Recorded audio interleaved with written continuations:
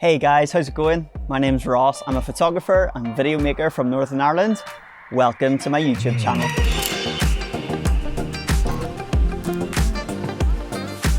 So if you've seen either of my last two videos, you'll know that I recently found a box of expired Fujicolor C200 35mm film in my attic. I loaded that film into Ruth's Konica Pop point and shoot 35mm camera and headed down to Dublin on the train and shot my first ever roll of film. As well as shooting my first roll of film that day down in Dublin, I also brought with me my Fujifilm X-T4 with my 35mm f2 lens on it. The reason I brought that, well, there were two main reasons. The first is I was using my X-T4 as a bit of a light meter just to make sure I was getting the correct exposure on the film shots. But the second reason was I wanted to walk around the city and shoot a bunch of raw images so that when I got my scans back from the roll, I could pull them into Fuji X RAW Studio and try and replicate the look of the film shots with the digital files. The very first thing I noticed when I got my Fujicolor C200 scans back was just how saturated the photographs were. Obviously Fujicolor film is really well known for the green tones that it produces, but I just couldn't believe how much the reds and the blues were just popping out of the shots. Obviously all the photographs I shot that day down in Dublin were shot with this, the Konica Pop. It's a point and shoot 35mm camera and it was really fun to use, but obviously it has its downsides. Or maybe not downsides, but it has its own character. You cannot focus this camera. The focus is just fixed at 1.5 to 2 meters away. So that means if you're photographing something way in the distance, it's gonna be out of focus, slightly blurry. If you photograph something up close, it's also gonna be out. So the film photographs I was getting out of this are pretty soft. So I brought the clarity right down and brought the sharpness right down. Hopefully you'll be able to see that the recipe that I've created does have the same sort of look and characteristics as the photographs I shot with this Konica Pop point and shoot camera.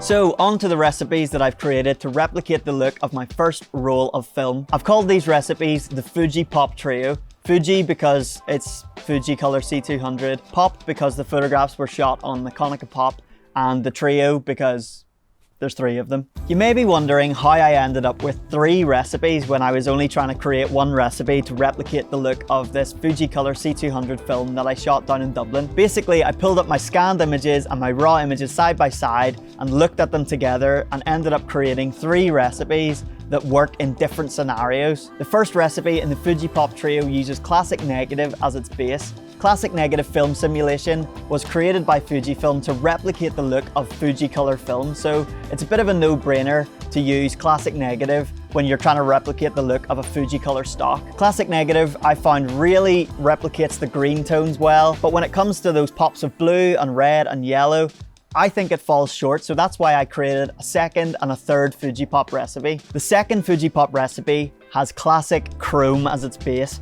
and I think this recipe really nails the blue tones. If you look at these two photographs together, you'll be able to see how this classic chrome recipe matches the color a lot better than the classic negative recipe.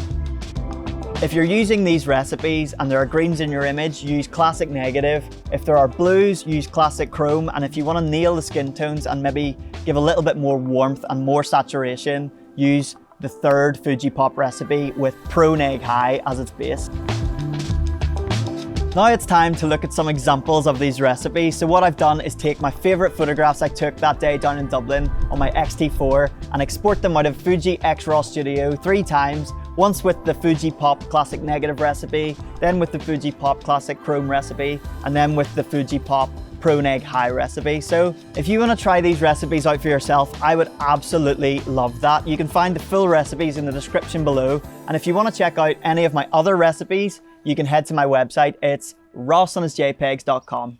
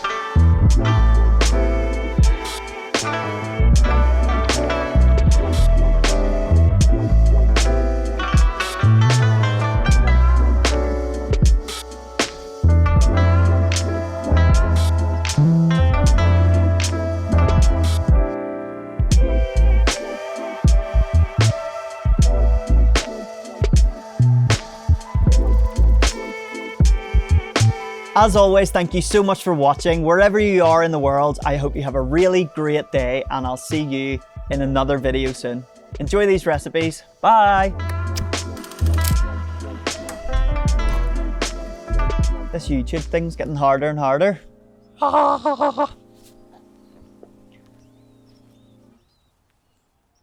Might be clipped, you know.